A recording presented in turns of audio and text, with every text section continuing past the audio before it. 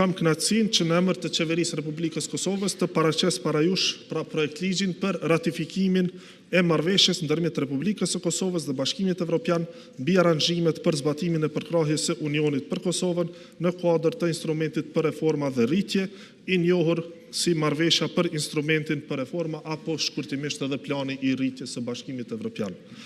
Në kuadër të këtij plani apo kësaj marrëveshje, pra parashihet që Kosova të përfitoj një pako prej 882.6 milion eurove, e cila është, mund të them, alokimi më i lartë në raport me brutoproduktin vendor nga gjitha shtetet, pra është rreth 8% e brutoproduktit vendor që është alokuar Kosovës, dhe kjo mbështetje financiare pra vjen në formën e 1/3 si grant apo 253.3 milion euro, ndërkaq pjesa tjetër pra 629.3 milion euro është në formë të kredisë. Në këtë aspekt, pra janë dy marrëveshje që duhet ratifikohen sa i përket planit të rritjes, është kjo pra tani në këtë pikë të rendit të ditës që është marrëveshja që mundson instrumentin apo planin e rritjes dhe reformën apo paketën e reformave, dhe më pastaj në një pikë tjetër do të kemi edhe marrëveshjen e kredisë, pra që mundson pra ratifikimin e kredisë në vlerë prej 629.3 milion euro. Siç e dini, për miratimin e këtij projekt ligji duhen së paku 80 vota për shkak se është marrëveshje ndërkombëtare. Luz deputetët që me ngritje dore të deklarohen kush është për këtë marrëveshje.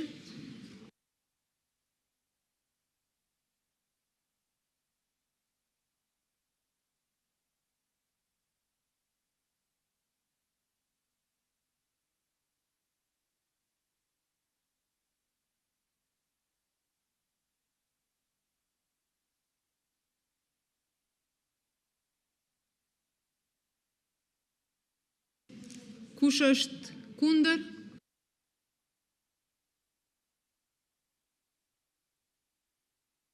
Kush abstenon?